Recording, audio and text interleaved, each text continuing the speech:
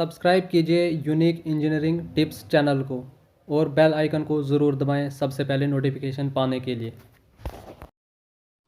Hi guys, how are you? Welcome back to my YouTube channel Unique Engineering Tips. Hi guys, how are you? It's me now there again. Welcome back to my YouTube channel unique engineering tips. So इस lecture में हम discuss करने वाले हैं जो last lecture हमारे पास बच गया है सॉइल मैकेनिक्स का, soil exploration. So let's start the video. तो टॉपिक है हमारे पास यहाँ पे सॉइल एक्सप्लोरेशन।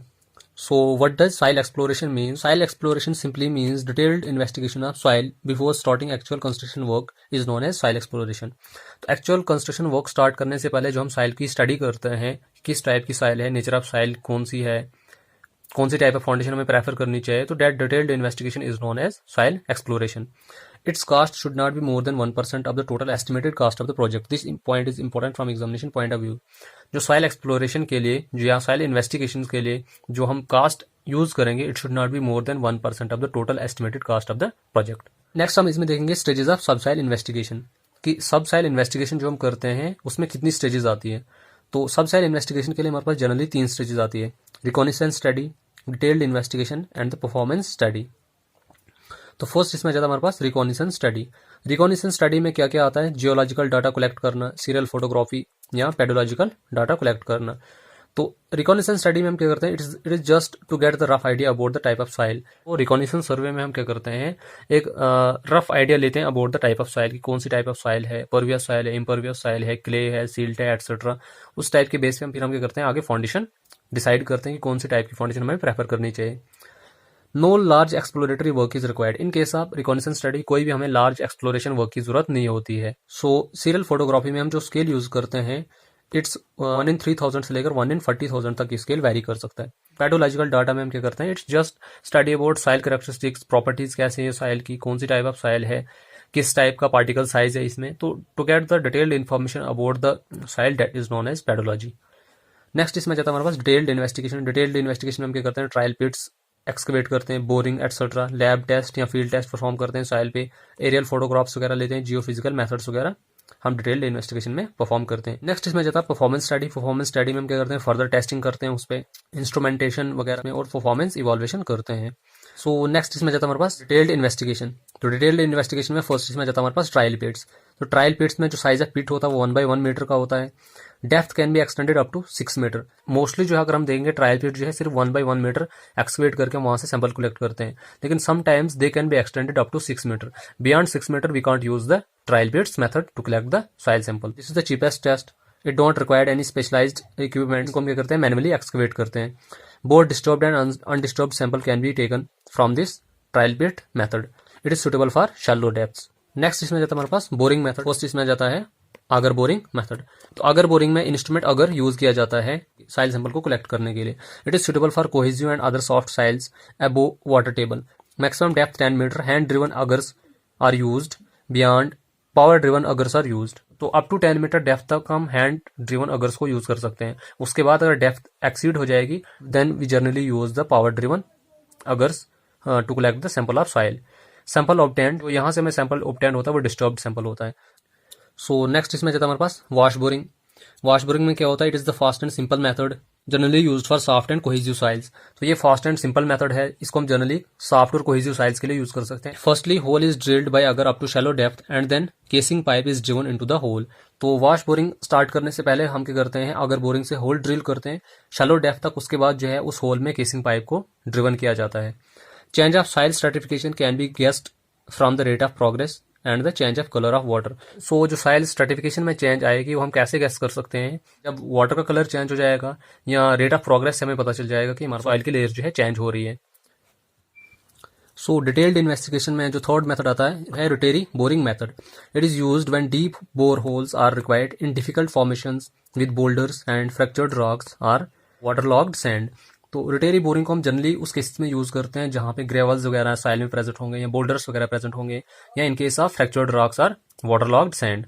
तो इसमें क्या किया जाता है कि जो हम ड्रिलिंग फ्लूइड यूज करते हैं या तो वो वाटर यूज करते हैं या फिर बेंटोनाइट सस्पेंशन यूज करते हैं। लास्ट इसमें जाता है हमारे पास परक्यूशन बोरिंग। परक्यूशन बोरिंग को हम जनरली रॉक्स वगैरह का सैंपल कलेक्ट करने के लिए यूज करते हैं। In that case soil is loosened by repeated blows of heavy drilling bit and that bit is called churn bit. Sometime we also use this method in case of hard soil. Soil को यहाँ पे loose किया जाता है by means of repeated blows of heavy drilling bit, that bit is known as churn bit. Water is use for facilitation, तो water को यहाँ पे फैसिलिटेशन पर्पज के लिए यूज किया जाता है। It is suitable for rocks and hard soil, तो जनरली हार्ड साइज या रॉक्स के लिए हम इस टेस्ट को परफॉर्म करते हैं। So it can't be use for unconfined sand and plastic clay, तो in case of unconfined sand and plastic clay के लिए हम इस मेथड का यूज नहीं करते हैं। This method is generally suitable for rocks and hard soils. So next हम इसमें डिस्कस करेंगे sampling and various types of sample. तो सैम्पलिंग का मतलब होता है simply collecting samples for testing, that is known as sampling. Generally हमारे पास दो टाइप के सैंपल होते हैं, डिस्टर्ब्ड सैंपल या अनडिस्टर्ब्ड सैंपल। अब डिस्टर्ब्ड सैंपल में क्या होता है कि मॉइस्चर कंटेंट में vary from in situ value, moisture content जो है डिस्टर्ब सैंपल के केस में वेरी कर सकती है इन सिटू वैल्यू से। Such type of samples are generally required for identification and classification tests. So disturbed sample हम किस लिए कलेक्ट करते हैं, साइल को आइडेंटिफाई करने के लिए या साइल को क्लासिफाई करने के लिए। इन टाइप्स के सैंपल को हम जनरली यूज करते हैं। This sample is also known as bulk sample. Next इसमें जाता है हमारे पास undisturbed sample. In that case moisture content does not vary from in situ value, तो अनडिस्टर्ब्ड सैंपल के केस में जो मॉइस्चर कंटेंट होगी वो इन सिटू वैल्यू से वेरी नहीं कर सकती है। Such type of samples are generally required to find out the shear strength, permeability and consolidation properties of the soil. तो अनडिस्टर्ब्ड सैंपल को हम शेयर स्ट्रेंथ फाइंड आउट करने के लिए यूज करते हैं, परमेबिलिटी फाइंड आउट करने के लिए यूज करते हैं। In short we can say that कि जो भी इंजीनियरिंग प्रॉपर्टीज हमें सॉइल की फाइंड आउट करनी होती है तो वो हम अनडिस्टर्ब्ड सैंपल को लेके ही फाइंड आउट करते हैं। सो नेक्स्ट इसमें जाता है हमारे पास sampling in bore holes. First इसमें जाता है हमारे पास ओपन ड्रिवन सैम्पलर। नेक्स्ट इसमें जाता है हमारे पास पिस्टन सैम्पलर। अब ओपन ड्रिवन सैम्पलर में क्या होता है कि it is use to collect ordinary samples for ordinary testing. Open driven sampler से जो हम टेस्ट कलेक्ट करते हैं वो ऑर्डिनरी सैंपल्स कलेक्ट करते हैं और ऑर्डिनरी टेस्टिंग के लिए कलेक्ट करते हैं। It gives us bad quality undisturbed sample. So यहाँ से हमें जो है अनडिस्टर्ब्ड सैंपल तो ऑब्वियसली मिलता ही मिलता था, लेकिन it gives us very bad quality undisturbed sample. Next इसमें जाता है हमारे पास पिस्टन सैंपलर। तो पिस्टन सैंपलर को हम कहाँ यूज करते हैं, it is use to get good quality undisturbed sample. अब देखो यहाँ से हमें बैड क्वालिटी अनडिस्टर्ब्ड सैंपल मिलता था, लेकिन पिस्टन सैंपलर के केस में गुड क्वालिटी अनडिस्टर्ब्ड सैंपल मिलता है from soft clays, silts and silty sand etcetera with some cohesion etcetera. Piston prevents the sample from distortion. इसमें जो हम पिस्टन यूज करते हैं उस पिस्टन का फंक्शन क्या होता है, to prevents the sample from distortion. So next हम इसमें डिस्कस करेंगे requirements of sampling as per IS code 1892। so, इसमें कुछ स्टैंडर्ड वैल्यूज दी हुई है और कुछ फॉर्मूलाज वगैरह दिए हैं। These are very important from examination point of view. जो भी हम सैंपलर यूज करेंगे सैंपल को कलेक्ट करने के लिए, उसके लिए जो इनसाइड क्लियरेंस होनी चाहिए वो कितनी होनी चाहिए। इनसाइड क्लियरेंस को हम सिंपली CI से डिनोट करते हैं। It is equal to DS minus DE upon DE, where DS is inside diameter of sampler and DE is inside diameter of cutting edge. So this should be equal to 1 से लेकर 3% के बीच में।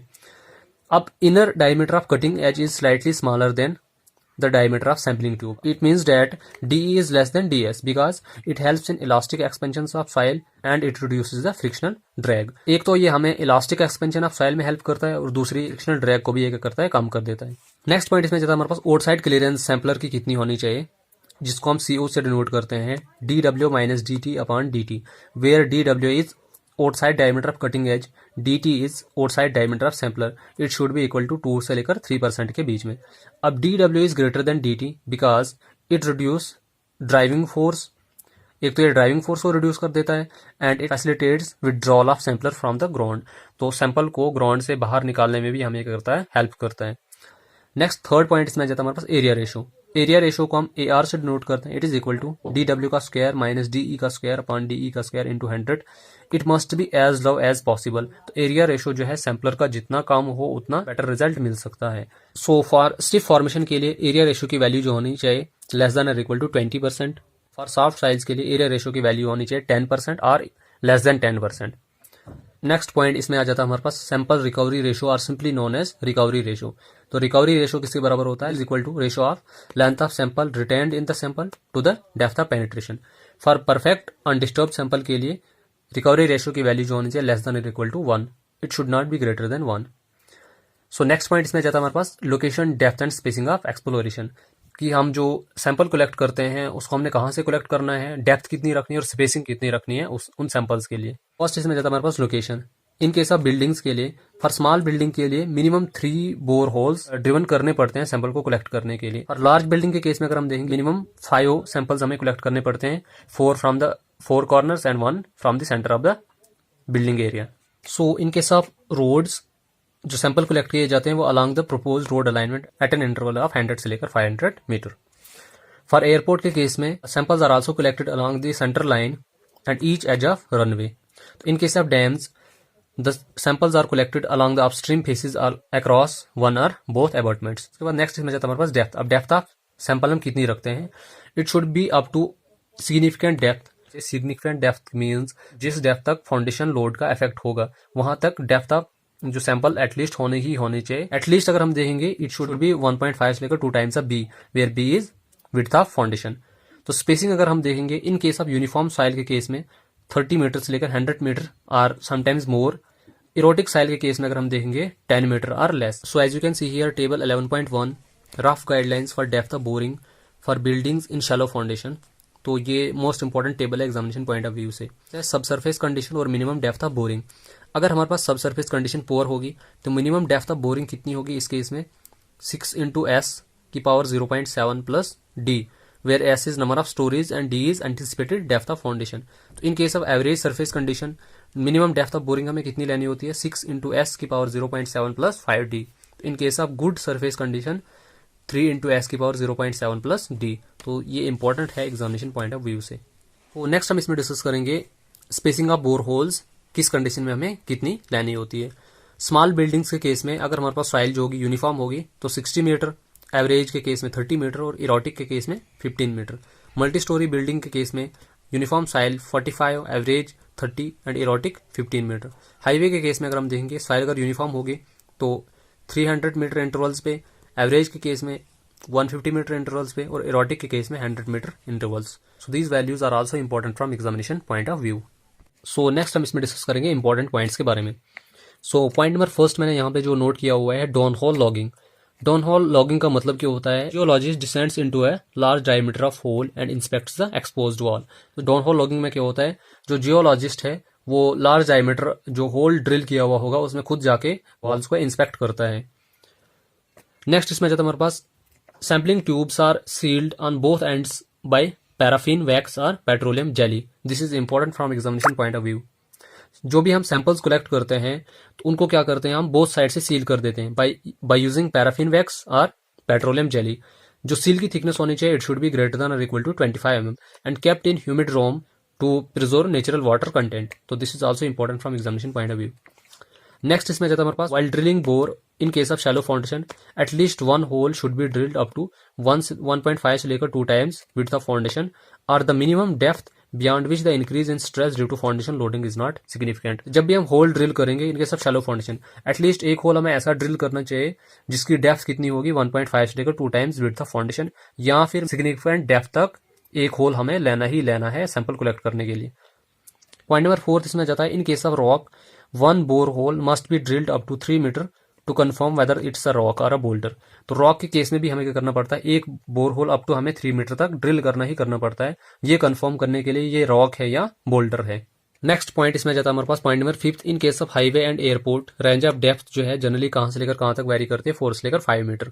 तो जो भी हम होल ड्रिल्स करते हैं इन case of highway and airport के केस में तो डेप्थ ऑफ होल जो है 4 से लेकर 5 मीटर तक वेरी करती है. In case of SPT standard penetration test each layer और 1.5 metre whichever is smaller. तो स्टैंडर्ड पेनिट्रेशन टेस्ट के केस में जो हम बोर होल ड्रिल करते हैं उनका इंटरवल कितना होता है? या तो हर लेयर के लिए हम अलग करते हैं या फिर 1.5 metre interval whichever is smaller. Point number 7 यहाँ पे आता है difference between standard cone penetration test and dynamic cone penetration test is that there is no bore hole in case of dynamic cone penetration test and test is done by driving standard 60 degree cone attached with the rod. तो standard cone penetration test और dynamic cone penetration test में difference यही है कि dynamic cone penetration test के case में हम कोई भी बोर होल ड्रिल नहीं करते हैं और इसमें जो टेस्ट परफॉर्म किया जाता है by driving standard 60 degree cone attached with rod. Point number 8 हमारे पास जाता है static cone penetration test simply known as CPT. It is modified and is known as piezo cone penetrometer. तो जो स्टैटिक कोन पेनिट्रेशन टेस्ट है उसको modify करके उसका जो नया नाम दिया गया है वो पिजो कोन पेनिट्रोमीटर है. पॉइंट नंबर 9 यहाँ पे आ जाता है वाटर टेबल मेजरमेंट. तो वाटर टेबल अगर हमने मेजर करना होगा इन केस ऑफ परवियस साइल के केस में विदिन 30 से लेकर 45 मिनट्स के बीच में मेजर कर सकते हैं. लेकिन इन केस ऑफ इम्परवियस साइल जैसे सिल्ट, क्लेज वगैरह एटसेट्रा वहां पे हमें 2 दिन भी लग सकते हैं या 2 से ज्यादा दिन भी लग सकते हैं वाटर टेबल को मेजर करने के लिए. सो पॉइंट नंबर 10 हमारे पास यहाँ पे आ जाता है the significant depth may be taken as the depth of pressure below of 0.2 K of intensity. तो जो सिग्निफिकेंट डेप्थ अगर हमें फाइंड आउट करनी होगी it may be taken as depth of pressure below of 0.2 K of intensity. For earthen embankments the minimum explored depth should be 2 times height of embankment. तो earthen embankment के case में तब minimum explore depth हमें कितनी रखनी चाहिए, 2 times height of embankment. Point number 12 हमारे पास यहाँ पे आ जाता है undisturbed soil samples are best collected by direct excavation। Point number 14 यहाँ पे आ जाता है for undisturbed sample area ratio should be less than 10%। Point number 15 यहाँ पे आ जाता है maximum settlement for raft foundation on clay is limited to 65 mm से लेकर 100 mm। तो this point is also important from examination point of view. So this was a brief introduction about soil exploration and its various topic. I hope ये आपको यहाँ तक मैंने सारी चीज़ें क्लियर करवा दी होंगी। अगर आपको फिर भी कोई डाउट है तो आप मुझे कमेंट सेक्शन में पूछ सकते हैं। तो मुझे उम्मीद है कि आपको वीडियो पसंद आई होगी। तो वीडियो को लाइक कीजिए, शेयर कीजिए, कमेंट कीजिए और चैनल को सब्सक्राइब जरूर कीजिए। So thank you so much and keep supporting me. पसंद आई होगी तो वीडियो को लाइक कीजिए, शेयर कीजिए, कमेंट कीजिए और चैनल को सब्सक्राइब करना ना भूलें। और प्लीज़ बेल आइकन जरूर दबाएं ताकि जब भी मैं नई वीडियो अपलोड